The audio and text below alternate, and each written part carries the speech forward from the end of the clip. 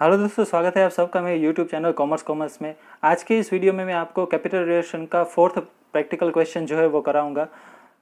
आज के इस सम में बैलेंस शीट में डिबेंचर्स का एक बहुत ही डिबेंचर्स की जो एंट्री है उसके लिए एक बहुत ही अच्छा एडजस्टमेंट भी अलग से दिया हुआ है, तो वो भी आप देखना। उसके साथ डायरेक्टर्स लोन भी दी गई है और उसका एक एडजस्टमेंट भी जो है वो भी एक बहुत ही अच्छा है इस प्रैक्टिकल क्वेश्चन में। तो इस प्रैक्टिकल क्वेश्चन को हम पूरा देखेंगे। बीच में आप अगर स्किप नहीं करोगे तो आपको पूरी तरीके से ये सम जो है वो समझ में आएगा। इसकी जो प्रैक्टिकल क्वेश्चन की जो पीपीटी है वो मैं डिस्क्रिप्शन में लिंक उसकी शेयर करूंगा, तो आप वहां से डाउनलोड करके फिर अपने आप से भी ये सम जो है वो कैलकुलेट कर सकते हैं। तो आइए दोस्तों शुरू करते हैं fourth practical question of capital reduction.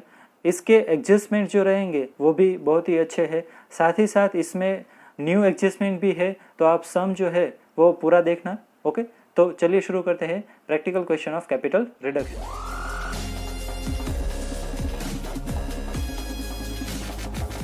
शुरू करते हैं आज का ये fourth practical question of capital reduction. The balance sheet of Hazira Limited as on 31st March 2016 is as under. Liability side जो इंफॉर्मेशन है वो फर्स्ट ऑफ ऑल देख लेते हैं।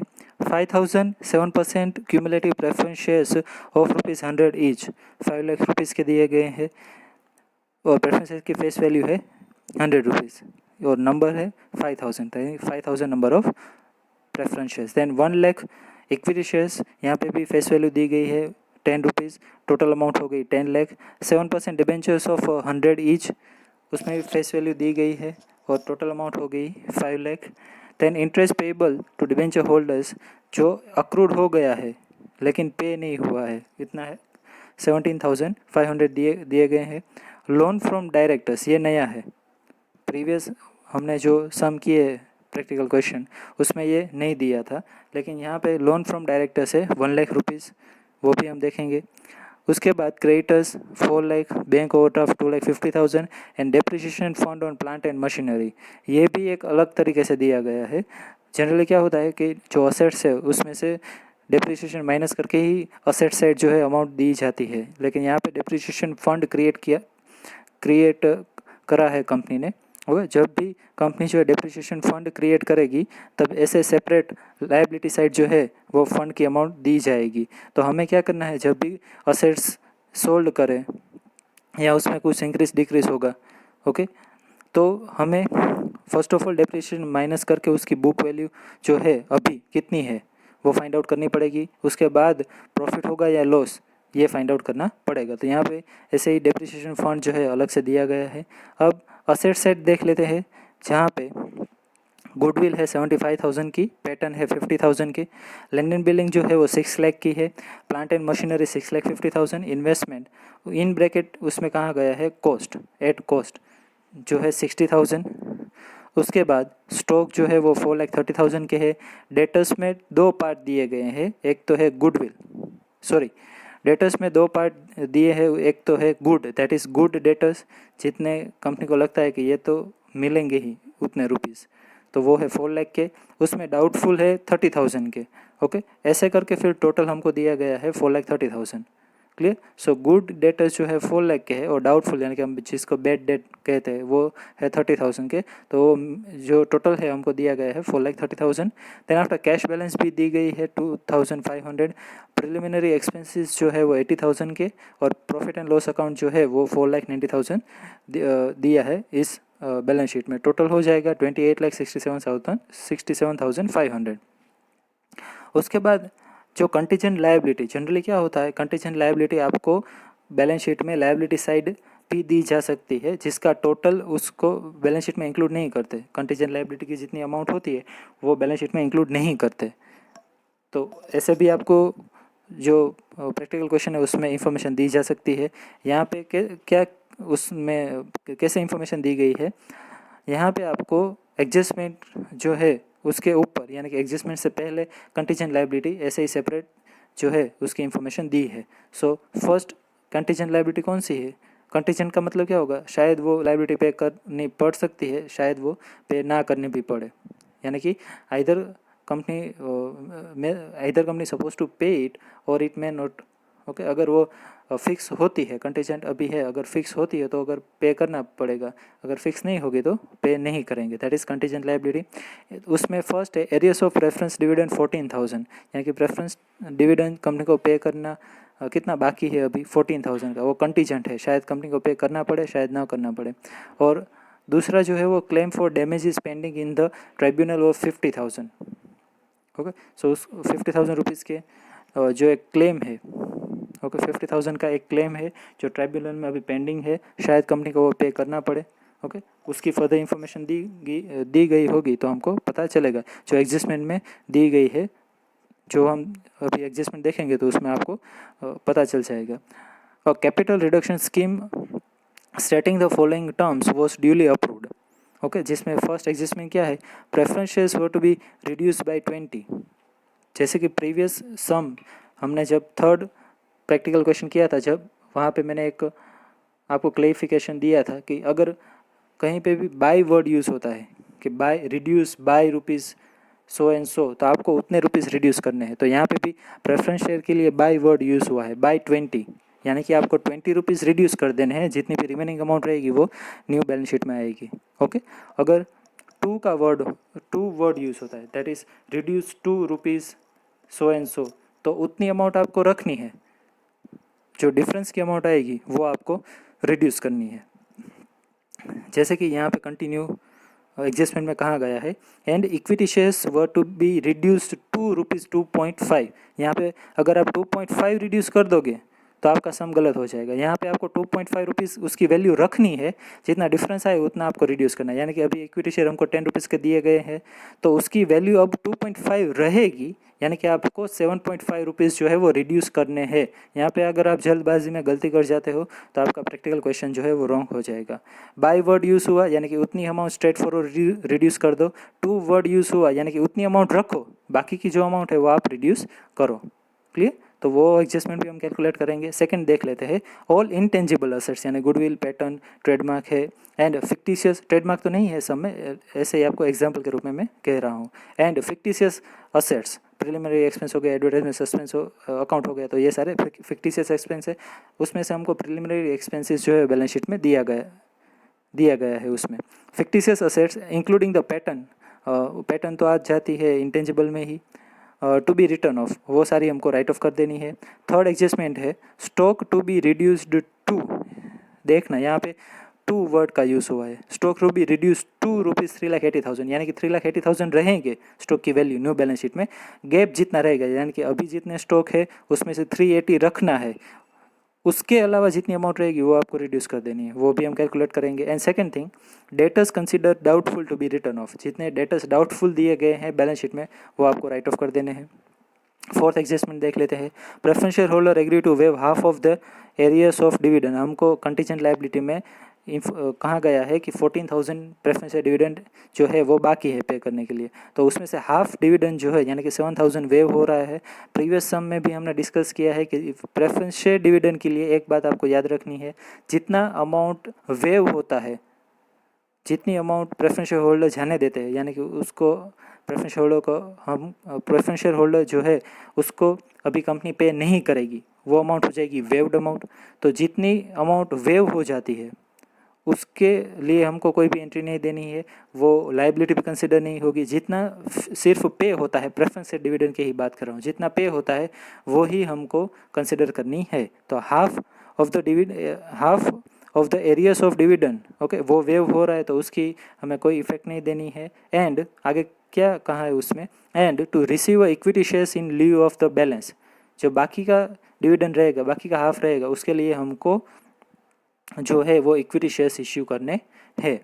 फिफ्थ एडजस्टमेंट देखते हैं, debenture holder agree to take over the part of the plant and machinery. ये adjustment बहुत ही खास है, ये एडजस्टमेंट बहुत ही इंटरेस्टिंग है। जैसे कि मैंने स्टार्टिंग ऑफ द वीडियो में ही कहा था कि डिबेंचर का एडजस्टमेंट इंटरेस्टिंग है। यहाँ पे दो चीज़ें हो रही है, डिबेंचर होल्डर डिक्रीज भी हो रहे हैं और इंक्रीज भी हो रहे हैं, तो ध्यान से पढ़िएगा।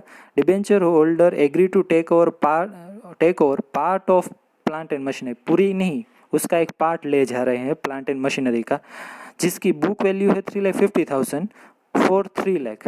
दैट मीन्स बुक वैल्यू 3,50,000 की है, वो कितने में ले जा रहे हैं, 3 लाख में ले जा रहे हैं। तो यहाँ से ही आपको सिंपल आइडिया आ जाएगा कि जो प्लांट एंड मशीनरी का पार्ट ले गए हैं उसमें कंपनी को लॉस हो रहा है। क्यों? क्योंकि उसकी बुक वैल्यू 350 थी और ले जा रहे हैं सिर्फ 3 लाख रुपीज़ में, यानी कि 50,000 का हमको ऐसे ही देखने पर ही पता चल जाएगा कि लॉस हुआ है। उसकी इफेक्ट भी हम देंगे, कैपिटल रिडक्शन की डेबिट साइड। और आगे क्या कहा है उसमें, टू प्रोवाइड फर्दर कैश, ये आपको ध्यान से इंटरप्रेट करना है। टू प्रोवाइड फर्दर कैश यानी कि कंपनी को अभी कैश चाहिए, ध्यान से समझना, कंपनी को अभी कैश चाहिए तो डिबेंचर होल्डर कंपनी को कैश देंगे। जैसे डिबेंचर परचेस करते हैं और कैश देते हैं तो उतने तो डिबेंचर इंक्रीज हो जाते हैं। से फॉर एग्जांपल कंपनी ने 1 लाख रुपीज़ के डिबेंचर दिए और उस डिबेंचर होल्डर कंपनी को कैश देंगे, तो ऐसा ही ये ट्रांजेक्शन है। And to provide further cash of ₹1,50,000 they agree to buy the debenture creating a floating charge on the rest of the assets. That means debenture holder, यहाँ पे आपको सिंपली यही समझना है कि डिबेंचर होल्डर जो है वो कंपनी को 1,50,000 रुपीज़ कैश में देंगे, यानी कि 1,50,000 के डिबेंचर होल्डर इंक्रीज हो जाएंगे। तो यहाँ पे दो चीज़ें हो रही है, plant and machinery 3 lakh rupees की ले जाएंगे, बुक वैल्यू 350 की है, लेकिन ले कितने में जा रहे हैं, ओनली 3 लाख रुपीज़ में। तो डिबेंचर में से पहले हमको 3 लाख माइनस करने, उतने तो रिड्यूस हो गए, लेकिन साथों साथ वो 1,50,000 रुपीज़ के जो डिबेंचर वो परचेज भी कर रहे हैं, यानी कि कंपनी को एक्स्ट्रा कैश भी दे रहे हैं 1,50,000 का। तो वो 1,50,000 प्लस करेंगे तो सिंपल क्या हो गया, डिबेंचर में 3 lakh rupees minus and 1,50,000 plus, ये हमको करना है। जो भी वैल्यू आएगी वो हम न्यू बैलेंस शीट में लिखेंगे। और उसकी अदर इफेक्ट भी, कैश में भी इफेक्ट आएगी, प्लांट एंड मशीनरी में भी इफेक्ट आएगी, तो वो भी हम कैलकुलेट करेंगे। क्योंकि यहाँ पे प्लांट एंड मशीनरी में अलग से जो है डेप्रिसिएशन फंड क्रिएट कंपनी ने किया है, उसकी इफेक्ट कैसा है कि वो भी हम देखेंगे। ओके, ये फ्लोटिंग चार्ज जो है वो तो रहेगा ही, फ्लोटिंग यानी कि अभी कोई फिक्स चार्ज नहीं है कोई भी असेट्स पे, फ्लोटिंग चार्ज क्रिएट जो है वो किया गया है, यानी कि उसकी अभी कोई हमको इफेक्ट, कंपनी अगर डिबेंचर के जो रुपीज़ है वो रिपे करने में डिफ़ॉल्ट करती है, यानी कि पे नहीं कर पाती है, तो वो चार्ज फिक्स होगा, लेकिन उसके लिए हमको अभी कोई इफेक्ट नहीं देनी है। ओके, आपको सिर्फ इतना ही समझना है कि वो जो डिबेंचर होल्डर्स जो है वो 1,50,000 दे रहे हैं, यानी कि इंक्रीज होंगे डिबेंचर्स में 1,50,000। सिक्स्थ एडजस्टमेंट देख लेते हैं। The contingent liability for the claim for damage pending in the tribunal, वो कितने रुपीज़ की दी गई है, 50,000 की। सेकेंड कंटीजेंट लायबिलिटी जो दी गई थी वो 50,000 की है। ये एडजस्टमेंट भी बहुत ही इंटरेस्टिंग है। Pending in the tribunal low materialise to the full extent, that means हम वो फुल एक्सटेंट में मटेरियलाइज हो गया। ट्रिब्यूनल ने जजमेंट दिया कि आपको ये 50,000 पे करने ही पड़ेंगे, उसमें कोई भी आपको राहत नहीं मिलेगी। तो कंपनी को तो अभी 50,000 पे करने पड़ेंगे, तो वो तो एक कंपनी को लॉस हो गया। However the company could recover, ये ध्यान से सुनना, however the company could recover 40,000 from those director who were responsible for such damage. जो डायरेक्टर्स की भूल की वजह से वो डैमेज हुआ है कंपनी को, उस डायरेक्टर के पास है, उसका नाम नहीं कहा गया कि कौन सा डायरेक्टर है, लेकिन उस डायरेक्टर के पास है जिसका उसमें फॉल्ट था, जिसकी रिस्पॉन्सिबिलिटी थी, उस डायरेक्टर के पास से कंपनी 40,000 तो रिकवर कर लेती है। आपको आइडिया आया? 50,000 आप डैमेज क्लेम के ट्रिब्यूनल को तो पे करेगी, वो तो 50,000 ही मांगेंगे आपके पास से, लेकिन कंपनी वो डायरेक्टर के पास से, अपने जो डायरेक्टर्स जिसके वजह से ये क्लेम हुआ, डैमेज हुआ है, वो डायरेक्टर्स के पास से 40,000 रिकवर करने में सक्सेस होती है। यानी कि एक्चुअल लॉस कंपनी को कितना हुआ, ओनली 10,000। वो responsible for such damage and settle the rest bye issuing the equity shares. Okay, 50,000 का टोटल जो है क्लेम है, 40,000 आपको डायरेक्टर के पास से मिल जा रहे हैं, यानी कि आप वो रिकवर करोगे, और रिमेनिंग जो रहेंगे बैलेंस 50,000 में से 40,000 डायरेक्टर के पास से मिलेंगे, तो वो आप कैश में पे कर दोगे, और रिमेनिंग बैलेंस जो 10,000 की है उसके लिए आप इक्विटी शेयर जो है वो इश्यू करोगे। ओके,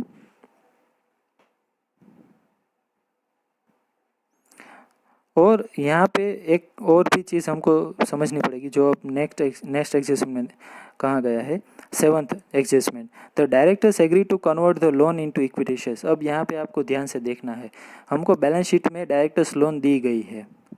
ओके, वो जो है वो एडजस्टमेंट नंबर 6 और 7 दोनों में उसकी इफेक्ट आएगी। एडजस्टमेंट नंबर 6 में हम क्या कर रहे हैं, 40,000 जो डायरेक्टर के पास से रिकवर करेंगे ना, वो डायरेक्टर हमको कैश में नहीं देंगे। वो क्या कहेंगे कि हमने आपको जो लोन दी है 1,00,000 रुपीज़ की, ओके, 1,00,000 रुपीज़ की जो लोन दी है उसमें से आप काट लेना। दैट मीन्स कि अगर आप लोन में से अभी 40,000 पे नहीं करोगे तो चलेगा। आपको आइडिया आया क्या क्या मैंने कहा?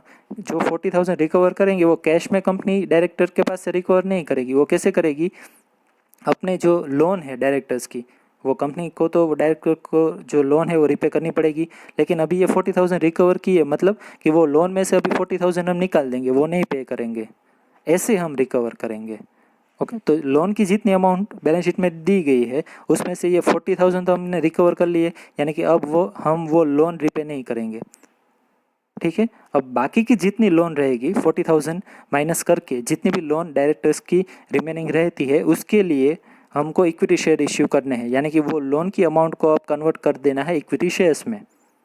तो ये इंटर रिलेटेड दोनों ट्रांजेक्शन है, आपको ध्यान से जो है ये देखने पड़ेंगे। और 8th एडजस्टमेंट देखते हैं, debenture holders agree to waive their accumulated interest. वो भी बैलेंस शीट में जो है उसकी इंफॉर्मेशन दी गई है। डिबेंचर इंटरेस्ट जो एक्रूड है उसकी, तो वो भी अभी वेव हो जाएगा।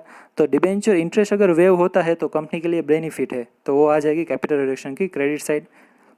लास्ट एडजस्टमेंट देख लेते हैं। Directors refunded 10,000 rupees of the fees previously received by them. अब ये तो एक क्लियर बेनिफिट ही हो गया कंपनी के लिए, क्योंकि डायरेक्टर्स को हमने पास्ट में कोई फ़ी पे की है, तो अभी वो डायरेक्ट उसमें से 10,000 रुपीज़ कंपनी को वापस कर रहे हैं, फ़ीस जो है वो रिफ़ंड कर रहे हैं। तो ये तो क्लियरली बेनिफिट ही हो गया कंपनी के लिए, तो वो भी हम लिखेंगे कैपिटल रिडक्शन की क्रेडिट साइड। और ये कैश में मिलेंगे कंपनी को, इसलिए इसकी एक इफेक्ट कैश की जो बैलेंस हम फाइंड आउट करेंगे उसमें भी देंगे। अब क्या करना है हमको वो भी देख लेते हैं। पास necessary journal entries in the books of company and prepare the capital reduction account and balance sheet. First जो कैलकुलेशन है वो देख लेते हैं प्रेफरेंस शेयर और इक्विटी शेयर रिड्यूस करने के लिए। यहाँ पे ध्यान रखिएगा बाई और टू वर्ड्स के लिए। Okay, so preference share were to be reduce by ₹20। 100 rupees के प्रेफरेंस शेयर है उसमें से 20 रुपीज़ स्ट्रेट फॉरवर्ड हम रिड्यूस कर देंगे। So number of preference share कितने दिए गए हैं बैलेंस शीट में? 5,000 multiply by 20। So amount reduce is equals to 5,000 multiply by 20। So it is 1,00,000 rupees. 1,00,000 rupees हम प्रेफरेंस शेयर में से रिड्यूस करेंगे।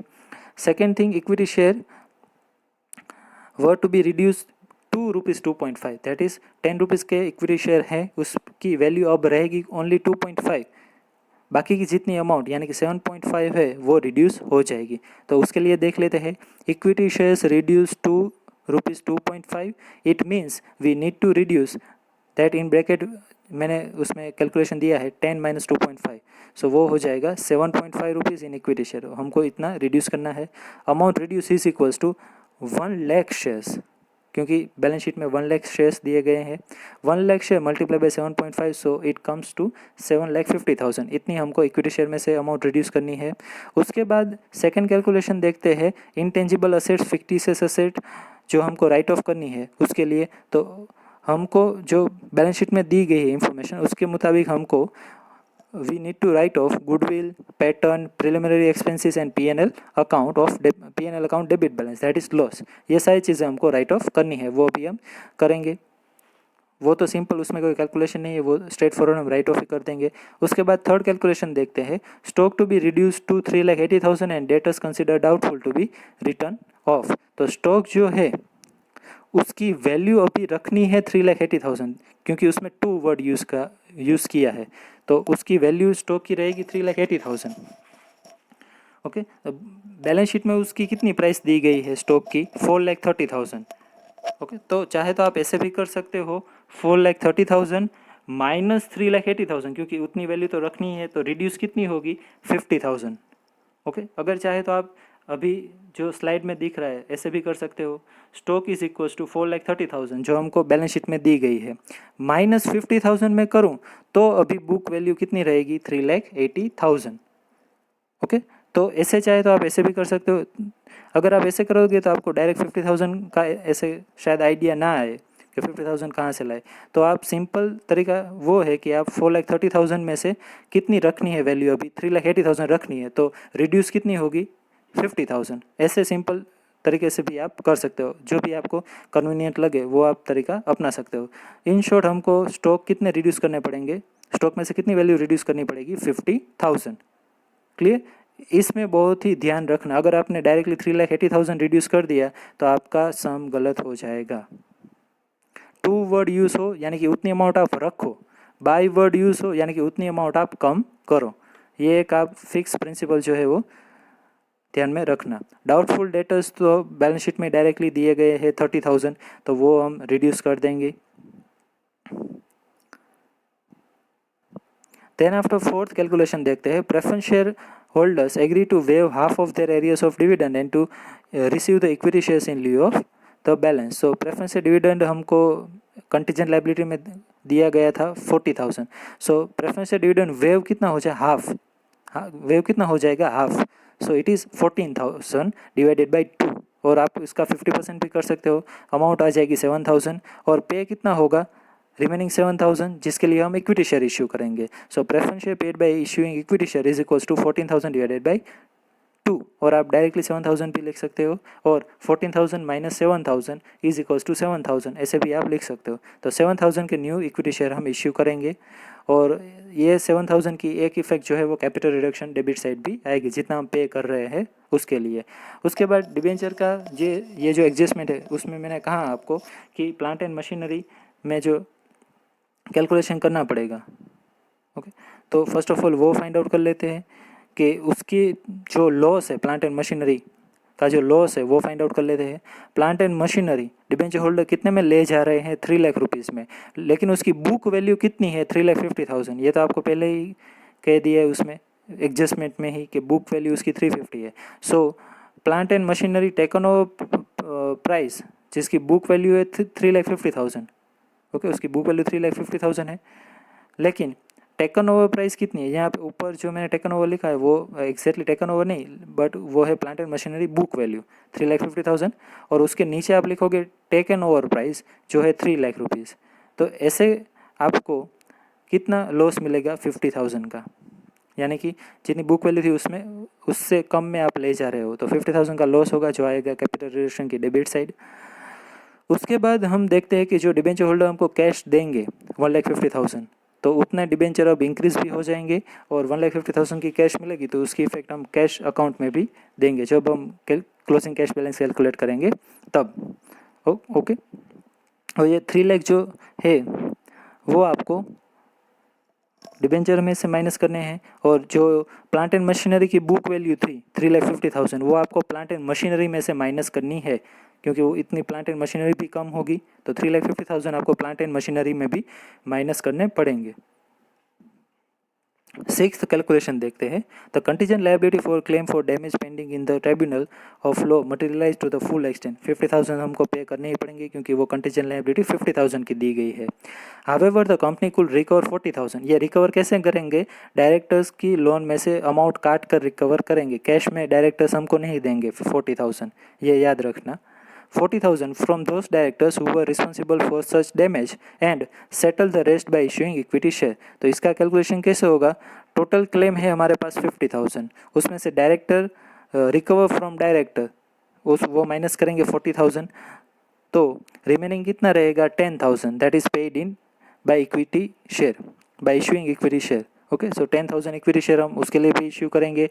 हमने प्रेफरेंस शेयर डिविडेंड 7,000 जो था वो पे करने के लिए भी इक्विटी शेयर इश्यू किए हैं। तो ये सारी चीज़ें आपको याद रखनी है कि कहाँ कहाँ आप इक्विटी शेयर इश्यू करते हो, ताकि फाइनल बैलेंस शीट में आप सारे जो अमाउंट है उसकी इफेक्ट इक्विटी शेयर कैलकुलेशन में दे सको। उसके बाद the directors agree to convert the loan into equity shares. So directors की लोन बैलेंस शीट में आपको 1 लाख रुपीज़ दी गई है, अगर आप 1 लाख इक्विटी शेयर में कन्वर्ट कर दोगे तो सम गलत हो जाएगा। हमने 40,000 रिकवर कर लिए है डायरेक्टर के पास से, यानी कि 40,000 की लोन अब कम हो जाएगी। ये इनडायरेक्ट यानी कि हिडन एडजस्टमेंट, आपको क्लियरली नहीं कहा गया होगा कि डायरेक्टर लोन में से आप काट लेना, लेकिन आपको उसमें से ही रिड्यूस करने हैं, डायरेक्टर्स आपको कैश में नहीं देंगे। ओके, तो अभी कहने का मतलब इक्विटी शेयर में जो लोन कन्वर्ट होगी वो कितने रुपीज़ के लिए होगी, 60,000 रुपीज़ के लिए।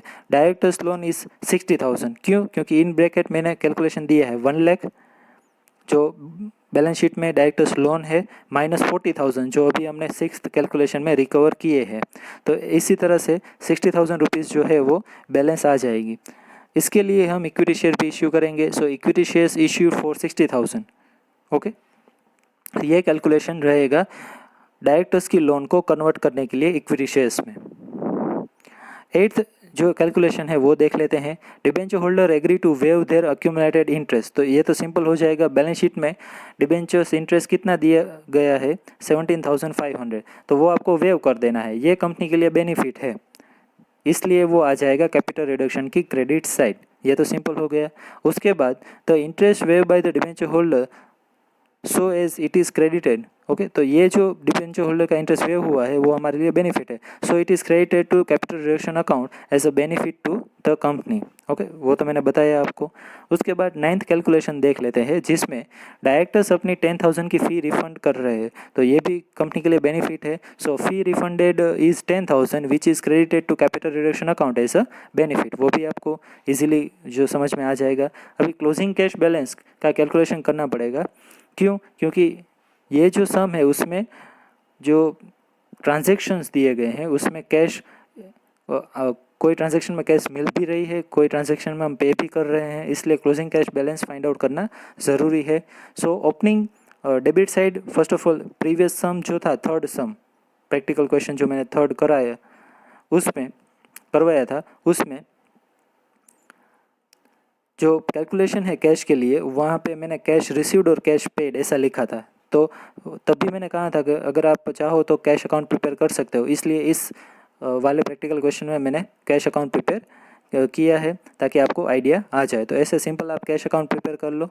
फिर डेबिट साइड आप लिखो टू ओपनिंग कैश बैलेंस। अगर बैलेंस शीट में कोई बैलेंस दी गई है कैश के लिए तो यहाँ पे हमारे पास 2,500 ओपनिंग कैश बैलेंस है। उसके साथ साथ डिबेंचर होल्डर जो है वो आपको 1,50,000 कैश देंगे। न्यू डिबेंचर इशू किए क्योंकि हम कंपनी को कैश की रिक्वायरमेंट थी, इसलिए डिबेंचर होल्डर ने 1,50,000 कैश दिए हैं। तो वो आ जाएगा टू डिबेंचर 1,50,000। वो भी डेबिट साइड ही आएगा क्योंकि वो कंपनी को रुपीज़ मिल रहे हैं। इसके अलावा डायरेक्टर्स जो है वो भी अपनी फ़ी रिफ़ंड कर रहे हैं, वो कैश में कंपनी को मिलेगी। सो टू डायरेक्टर्स फ़ी 10,000। उसके अलावा कोई भी ऐसा ट्रांजैक्शन नहीं है जिसमें कंपनी को रुपीज़ मिल रहे हो। तो अभी हम क्रेडिट साइड चले जाते हैं, यानी कि राइट हैंड साइड, जहाँ पे फर्स्ट हम लिखेंगे बाय डैमेज क्लेम, क्योंकि कंपनी जो 50,000 का डैमेज क्लेम था, 50,000 का डैमेज क्लेम में से डायरेक्टर के पास से हमने रिकवर किए 40,000, यानी कि उसके लोन में से हमने काट लिए और उतने ही हम कैश में पे करेंगे क्योंकि ट्राइब्यूनल को जो पे करेंगे वो तो कैश में पे करना ही पड़ेगा। ओके, सो वो 50,000 हमने वो 40,000 हमने पे कर दिए और रिमेनिंग अमाउंट जितनी थी उसके लिए इक्विटी शेयर इशू किए थे, तो वो 10,000 यहाँ पे नहीं आएंगे, वो इक्विटी शेयर में प्लस होंगे। तो यहाँ पे क्या आएगा, जो कैश में डैमेज क्लेम पे कर रहे हैं इतनी ही अमाउंट आएगी, that is by damage claim 40,000, क्योंकि उतनी ही हम पे कर रहे हैं कैश में और 10,000 के इक्विटी शेयर देंगे इसलिए। अब एक बात यहाँ पे भी ध्यान से समझने के लिए कि प्रैक्टिकल क्वेश्चन जो मैंने 3 करवाया था उसमें बैंक ओवरड्राफ्ट दिया गया था। तो बैंक ओवरड्राफ्ट के लिए मैंने क्या कहा था उसमें कि अगर कंपनी के पास सफिशिएंट कैश बैलेंस रहता है तो बैंक ओवरड्राफ्ट पे करना है कंपनी को, चाहे आपको एडजस्टमेंट दिया गया ना हो तो भी। ये इनडायरेक्ट और हिडन एडजस्टमेंट आपको समझना है। यहाँ पे जो बैंक ओवरड्राफ्ट की अमाउंट दी गई है वो ऑलमोस्ट 2,25,000 के अराउंड है बैलेंस शीट में। ओके, 2,25,000 के अराउंड बैंक ओवरड्राफ्ट की अमाउंट बैलेंस शीट में दी गई है। यहाँ पे अगर मैं बैलेंस फाइंड आउट करूँ क्रेडिट साइड, तो मुझे सिर्फ क्लोजिंग बैलेंस 1,22,500 का ही मिल रहा है। तो यहाँ पे आपको ध्यान से देखना है कि बैंक ओवरड्राफ्ट है 2,25,000 के अराउंड और क्लोजिंग बैलेंस आपकी सिर्फ है 1,22,500, यानी कि आप पूरा बैंक ओवरड्राफ्ट पे नहीं कर सकते हो। इसीलिए मैंने इस सम में बैंक ओवरड्राफ्ट पे नहीं किया है बाय डिफ़ॉल्ट। अगर समझो यहाँ पे मेरे पास क्लोजिंग बैलेंस रहती 3 लाख के around, for example 3 lakh closing balance मेरे पास रहती, तो मैं 2,25,000 बैंक ओवरड्राफ्ट पहले पे करता और 75,000 का जो बैलेंस आता वो मैं क्लोजिंग बैलेंस में लिखता। ये बहुत ही छोटी और माइनर चीज़ है, लेकिन यहाँ पे आप गलती 99% करने की पूरी संभावना है, इसलिए मैं यहाँ पे इतना ज़ोर दे रहा हूँ। आपको जब भी सम या प्रैक्टिकल क्वेश्चन में बैंक ओवरड्राफ्ट आए तो उसमें स्टार करके रखना और कैश बैलेंस फाइंड आउट करो तब बैंक ओवरड्राफ्ट विदाउट फेल देखना। अगर आप बैंक ओवरड्राफ्ट कंपनी के पास कैश बैलेंस है फिर भी आप पे नहीं कर रहे हो तो आपका जो बैलेंस शीट है वो शायद टैली हो जाएगा, क्योंकि कैश में भी उतना माइनस नहीं करोगे और बैंक ओवरड्राफ्ट की अमाउंट भी आप लिखोगे, बैलेंस शीट टैली हो जाएगा, लेकिन वो टोटल जो टैली होगा वो आंसर सही नहीं आएगा। टैली हो जाएगा, आंसर गलत होगा, कहने का मतलब ये है। ओके, तो यहाँ पे आप पूरा ध्यान रखना। मेरे पास अभी 2,25,000 के अराउंड, शायद 2,25,000 है अगर मेरी भूल नहीं है तो 2,25,000 बैलेंस शीट में बैंक ओवरड्राफ्ट दिए गए हैं और यहाँ पे बैलेंस मेरे पास रहती है ओनली 1,22,500, इसलिए मैं पे नहीं कर रहा हूँ। और दूसरा ऐसा भी आप नहीं कर सकते हो कि चलो जितना बचा है उतना पे कर दो बैंक ओवरड्राफ्ट के लिए। ओके, तो ऐसा भी नहीं कर सकते आप, पूरा पे करो तो पूरा ही बैंक ओवरड्राफ्ट पे करना है। ओके, तो इसलिए मैं पे नहीं कर रहा हूँ। क्लोजिंग कैश बैलेंस जो है वो मैं न्यू बैलेंस शीट में ट्रांसफ़र करूँगा, जो कितनी है 1,22,500। ये बात आप जो है वो ध्यान से देखना और ये मिस्टेक ना हो वो भी ध्यान रखना।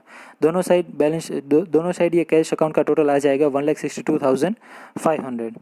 ओके, सो डेबिट साइड आप टोटल करोगे तो आएगा 1,62,500, उसको क्रेडिट साइड लिखना, उसमें से डैमेज क्लेम की अमाउंट 40,000 माइनस करोगे, सो क्लोजिंग बैलेंस आ जाएगा 1,22,500 जो हम न्यू बैलेंस शीट में ट्रांसफ़र करेंगे। उसके बाद जर्नल एंट्री देख लेते हैं। फर्स्ट ऑफ ऑल जो शेयर कैपिटल हम रिड्यूस कर रहे हैं उसके लिए first journal entry is equity share capital account debit 7,50,000, preference share capital account debit 1 lakh, to capital reduction account to capital reduction account 8,50,000, being equity share capital and preference share capital reduce।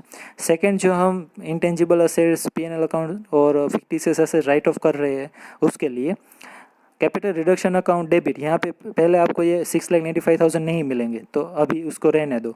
फिर आप लिखो to goodwill account 75,000, to patent account 50,000, to preliminary expense account 80,000 and to P&L account 4,90,000। ये सारी amount आपको balance sheet में दी गई है, old balance sheet में। इस चारों अमाउंट का आप अगर टोटल करोगे तो आपको मिल जाएगा 6,95,000, ऐसे आपको मिलेंगे। बीइंग लिखेंगे हम intangible and fictitious assets write off. Loss जो है वो भी आप लिख सकते, intangible assets fictitious assets and loss are write off, ऐसे भी आप लिख सकते हो। थर्ड जर्नल एंट्री हम देखते हैं, capital reduction account debit to stock account, जो हम स्टॉक की अमाउंट राइट ऑफ कर रहे हैं 50,000 उसके लिए, बीइंग स्टॉक रिटर्न ऑफ। उसके बाद डाउटफुल जो डेटर्स है उसको राइट ऑफ करेंगे फोर्थ जर्नल एंट्री में। Capital reduction account debit 30,000 to doubtful debtors account 30,000, being doubtful debtors written off. Fifth journal entry हम प्रेफरेंस डिविडेंड को पे करने के लिए करेंगे, जो अमाउंट है 7,000। Capital reduction account debit 7,000 to preference dividend account 7,000, being preference dividend declare. Sixth journal entry preference share dividend account debit 7,000 to equity share, क्योंकि हम इक्विटी शेयर में पे कर रहे हैं इसलिए, अगर कैश में पे करते तो कैश लिखते, लेकिन इक्विटी शेयर में पे कर रहे हैं इसलिए इक्विटी शेयर लिखेंगे। To equity share capital account 7,000, being equity share issued to pay preference share dividend. उसके बाद seventh journal entry debenture account debit capital reduction account debit to plant and machinery. ये किसके लिए, जो डिबेंचर होल्डर्स हमारी plant and machinery ले जा रहे हैं, साथों साथ उसके साथ साथ क्या हो रहा है, हमको 50,000 का लॉस भी हो रहा है इसके लिए। सो वो कंबाइंड जनरल एंट्री है वही हम करेंगे। डिबेंचर अकाउंट कितने में ले जा रहे हैं 3 lakhs में, तो debenture account debit 3 lakhs, loss कितना हुआ 50,000 का, so capital reduction account debited 50,000 to plant and machinery account, total जो अमाउंट थी 3,50,000, being plant and machinery taken over by debenture holder. उसके बाद जो डिबेंचर होल्डर हमको कैश दे रहे हैं उसके लिए eighth journal entry cash account debit 1,50,000 to debenture account 1,50,000, being new debenture issued. उसके बाद ninth journal entry damage claim पे करने के लिए, टोटल तो हम पे कर ही रहे हैं तो वो सारी 50,000 की अमाउंट जो है एज अ लॉस हमको कैपिटल रिडक्शन में दिखानी पड़ेगी। Capital reduction account debit 50,000 to damage claim account 50,000, being damage claim incurred. अभी हम पे करेंगे डैमेज क्लेम को 10th जर्नल एंट्री में, वो जो 10th जर्नल एंट्री है जो हम रिकवर करते हैं डायरेक्टर के पास से अमाउंट वो लिखेंगे। Directors loan account debit 40,000 to capital reduction account 40,000 being amount recovered from damage claim.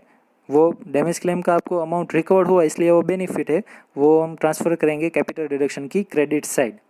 Okay तो अगर आप अभी ये 9th और 10th जर्नल एंट्री कंपेयर करो तो आपको पता चल जाएगा कि आपको कैपिटल रिडक्शन में आपने डेबिट किए 50,000 और क्रेडिट किए 40,000, यानी कि नेट लॉस आपको सिर्फ 10,000 का ही हुआ। ऐसे जो है जर्नल एंट्री हम करेंगे। 11th जर्नल एंट्री हम देख लेते हैं, जो हम डैमेज क्लेम अभी पे करेंगे एक्चुअल में। उसके लिए damage claim account debit 50,000 to cash account जो कैश में पे कर रहे हैं 40,000 to equity share capital account जितने के इक्विटी शेयर देंगे 10,000। ओके तो बीइंग आ जाएगी डैमेज क्लेम पेड। उसके बाद 12th जर्नल एंट्री जो हम डायरेक्टर्स की लोन इक्विटी शेयर में कन्वर्ट कर रहे हैं, इसके लिए directors loan account debit 60,000 to equity share capital account 60,000 being equity shares issued for directors loan. उसके बाद डिबेंचर इंटरेस्ट वेव हो रहा है, उसके लिए डिबेंचर इंटरेस्ट अकाउंट डेबिट 17,500 और ये बेनिफिट है, इसके लिए कैपिटल रिडक्शन में डेबिट साइड क्रेडिट साइड लिखेंगे टू कैपिटल रिडक्शन अकाउंट 17,500।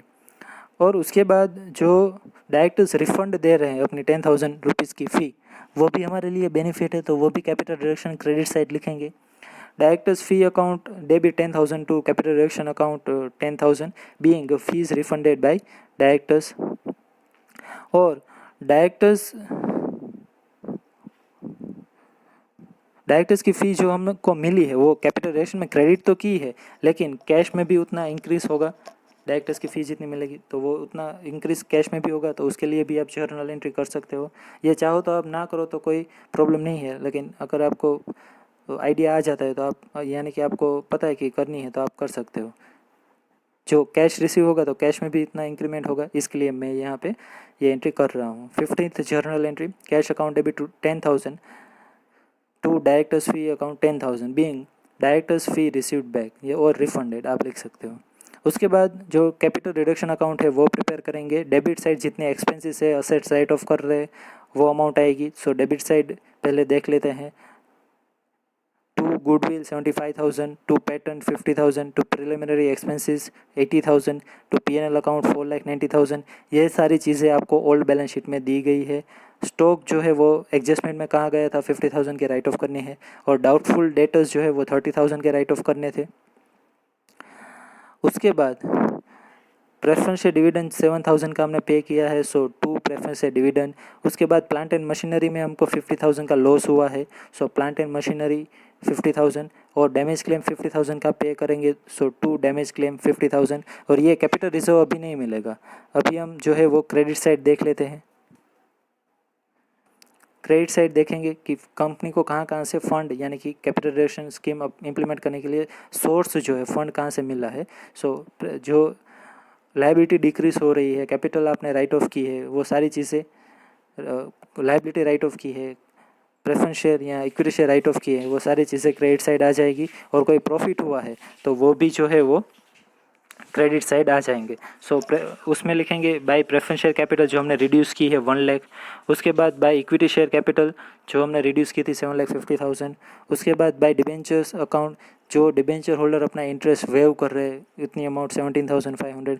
उसके बाद डायरेक्टर्स फी जो रिफंड हुई है वो भी बेनिफिट है, सो बाय डायरेक्टर्स फी 10,000। और डायरेक्टर्स लोन में से हमने रिकवर किए है 40,000 जो डैमेज क्लेम के लिए थे, तो वो भी बेनिफिट है। Bye directors loan that is damage claim recover 40,000। उसके बाद ऐसी कोई चीज़ नहीं है जो हमें एज अ बेनिफिट या फंड हमको मिली हो। तो उसके बाद क्रेडिट साइड आप पहले टोटल करोगे, सो क्रेडिट साइड का टोटल आ जाएगा 9,17,500। उसमें से डेबिट साइड की सारी चीज़ें अगर आप माइनस करोगे सो बैलेंस रहेगा 35,500। इस बैलेंस को कैसे यूटिलाइज़ करना है वो प्रैक्टिकल क्वेश्चन 3 में जो है इंस्ट्रक्शन दी गई थी, लेकिन यहाँ पे ऐसा कोई इंस्ट्रक्शन नहीं है। तो कोई भी अगर इंस्ट्रक्शन ना हो और कैपिटल रिडक्शन में जो ये बैलेंस सरप्लस रहती है वो डिफरेंस आपको हमेशा डेबिट साइड ही आएगा, कभी भी क्रेडिट साइड डिफरेंस नहीं आएगा कैपिटल रिडक्शन अकाउंट में। सो ये जो डेबिट साइड बैलेंस यानी कि डिफरेंस जो आया है वो आपको ट्रांसफ़र कर देना है कैपिटल रिजर्व अकाउंट में, जो न्यू बैलेंस शीट में आएगा रिजर्व सरप्लस के हेडिंग के अंदर। ओके तो कुछ भी अगर इंफॉर्मेशन नहीं दी गई है सो आपको ये बाय डिफ़ॉल्ट ट्रांसफ़र करना है कैपिटल रिजर्व अकाउंट में ही, यह फिक्स है। ओके सो यहाँ पे हम ट्रांसफ़र करेंगे टू कैपिटल रिजर्व अकाउंट 35,500 जो न्यू बैलेंस शीट में आ जाएंगे। अभी बैलेंस शीट प्रिपेयर करेंगे। Hazira limited balance sheet as on 31 March 2016। First उसमें लिखेंगे इक्विटीज़ एंड लायबिलिटीज़, उसके अंदर आएगा शेयर होल्डर्स फंड और सब पॉइंट ए आएगा शेयर कैपिटल। उसमें लिखेंगे equity share capital in bracket 10 lakh rupees old balance sheet में दी गई थी, उसमें से माइनस, यहाँ पे माइनस की जो साइन है वो बाय मिस्टेक नहीं हुई है, माइनस 7,50,000। उसमें प्लस करेंगे 10,000 ओके जो हम दे रहे हैं क्रेडिटर्स को। उसके बाद जो 7,000 प्रेफरेंस शेयर होल्डर्स को हम देंगे और 60,000 जो है वो हम डायरेक्टर्स लोन में दे रहे हैं। तो इसी तरह से जो है हम इक्विटी शेयर जो है उसके लिए कैलकुलेशन करेंगे 10 lakh minus 7,50,000 plus 10,000 plus 60,000 and plus 7,000। Okay so इसी तरीके से हमारे पास आ जाएंगे 3,27,000। ओके ये जो 10,000 है वो मेरी शायद कोई मिस्टेक है, ये 10,000 जो है पहले हम देख लेते हैं 10,000 के इक्विटी शेयर हम कहाँ पे इशू करते हैं।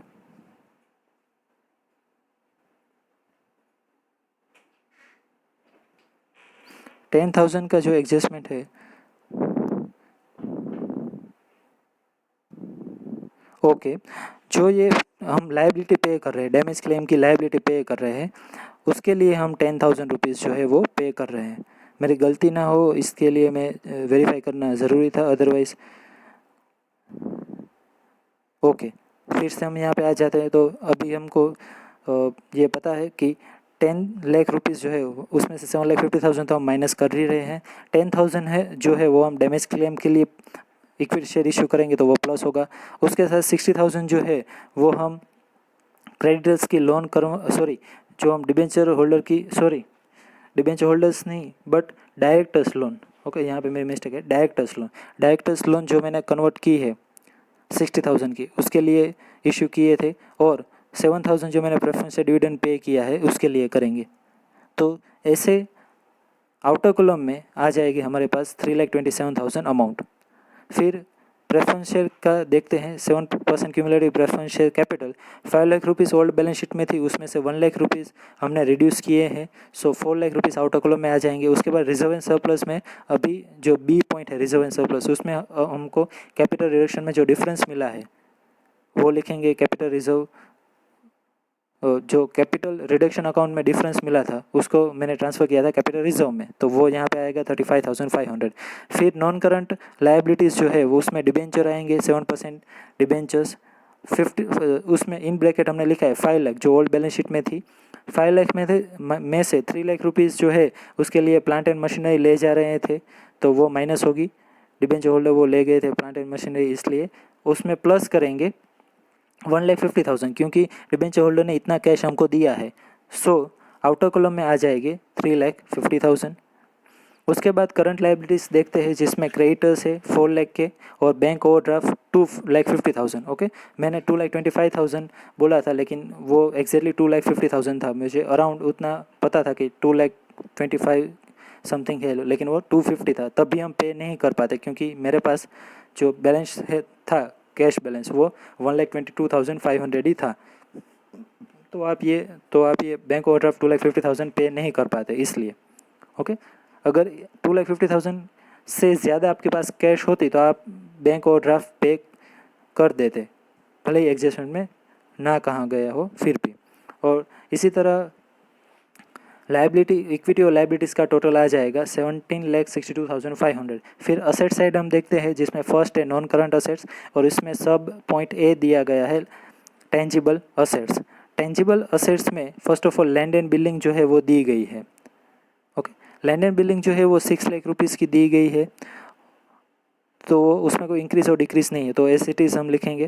लेकिन प्लांट एंड मशीनरी में आपको देखना है, प्लांट एंड मशीनरी जो है वो उसके लिए यहाँ पे आप ध्यान से देख लो, 5,50,000 मैंने इन ब्रैकेट लिखे हैं।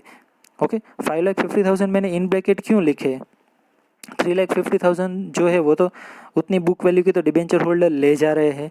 अगर मैं आपको बैलेंस शीट दिखाऊंगा तो आपको ये जो है एग्जैक्ट आइडिया जो है वो आएगा।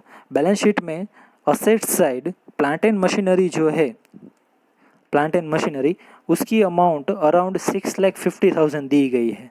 ध्यान से देखना, अभी ये स्लाइड हम देखेंगे। आप असेट साइड देखो, प्लांट एंड मशीनरी कितनी दी गई है? 6,50,000। क्लियर? उसमें से फंड दिया गया है लायबिलिटी साइड, लास्ट एंट्री जो है depreciation fund on plant and machinery कितना है? 1 लाख। यानी कि प्लांट एंड मशीनरी की बुक वैल्यू कितनी हुई? जो ये असेट साइड आपको दी गई है अमाउंट 6,50,000, वो तो कॉस्ट प्राइस है। उसमें से आप 1 लाख डेप्रिसिएशन जो अभी अक्यूमुलेट हुआ है 1 लाख, वो माइनस करो तो आपको बुक वैल्यू अभी कितनी मिल जाएगी? 5,50,000। क्लियर? 5,50,000 की जो बुक वैल्यू है उसमें से 3,50,000 की बुक वैल्यू जो डिबेंचर होल्डर ले जा रहे हैं प्लांट एंड मशीनरी, ओके, उसकी बुक वैल्यू तो 3,50,000 ही थी, तो वो आपको जो है माइनस करनी पड़ेगी। तो इन शॉर्ट क्या होगा? 5,50,000 जो है 5,50,000 उसमें से आपको डिबेंचर होल्डर जो ले जा रहे हैं 3,50,000 के 3,50,000 की जो प्लांट एंड मशीनरी ले जा रहे हैं वो आपको माइनस करनी पड़ेगी। अगर आपने जल्दबाजी में 6,50,000 में से 3,50,000 माइनस कर दिए तो आपका सम जो है वो गलत हो जाए, क्योंकि आपने डेप्रिसिएशन जो अक्यूमुलेटेड था उसकी इफेक्ट नहीं दी है। तो यहाँ पे आपको प्लांट एंड मशीनरी 550 जो अभी उसकी बुक वैल्यू है अक्यूमुलेटेड डेप्रिसिएशन माइनस करने के बाद वो आपको लिखनी है। उसमें से 3,50,000 माइनस करोगे, सो अभी आपको जो प्लांट एंड मशीनरी की बुक वैल्यू मिलेगी वो रहेगी 2 लाख रुपीज़ जो आउटर कॉलम में आएगी। उसके बाद इन्वेस्टमेंट से 60,000 के, उसमें कोई इंक्रीज डिक्रीज नहीं है, एज इट इज़ लिख देंगे। उसके बाद थर्ड जो आएगा वो करंट असेट्स है, उसमें से फर्स्ट लिखेंगे स्टॉक, उसमें हम फर्स्ट स्टॉक लिखेंगे। स्टॉक जो है वो ओल्ड बैलेंस शीट में 4,30,000 के है, 430 में से 50,000 रिड्यूस करेंगे, आउटर कॉलम में 3,80,000 आ जाएंगे। डेटर्स जो थे टोटल गुड एंड डाउटफुल दोनों मिलकर टोटल कितने थे? 4,30,000। उसमें से डाउटफुल 30,000 माइनस करेंगे, आउटर कॉलम में 4 लाख आ जाएंगे। और कैश जो हमने कैश अकाउंट प्रिपेयर करके क्लोजिंग बैलेंस फाइंड आउट की थी 1,22,500 वो लिखेंगे। इस तरह से आप असेट साइड का टोटल करोगे तो आपके पास आ जाएगा 17,62,500 का टोटल। ओके, सो इस तरह से आप बैलेंस शीट का टोटल भी कर सकते हो। Thank you for watching. आशा करता हूँ दोस्तों आज का ये प्रैक्टिकल क्वेश्चन आपको अच्छी तरीके से समझ में आया होगा। अगर कोई भी डाउट या क्वेरी है तो आप मुझे कमेंट सेक्शन में पूछ सकते हो। नेक्स्ट जो वीडियो रहेगा उसमें मैं कैपिटल रिडक्शन का 5th प्रैक्टिकल क्वेश्चन जो है वो कराऊंगा। वो प्रोबेबली हमारे ये जो कैपिटल रिडक्शन की सीरीज़ है उसका लास्ट सम रहेगा। ओके, तो चलिए दोस्तों मिलते हैं नेक्स्ट वीडियो में। अगर आपको ये वीडियो पसंद आया तो लाइक और शेयर करना, और अपने दोस्तों के साथ भी ये वीडियो जो है वो शेयर करना, साथ ही साथ मेरे चैनल को सब्सक्राइब भी करना। तो चलिए दोस्तों मिलते हैं नेक्स्ट वीडियो में।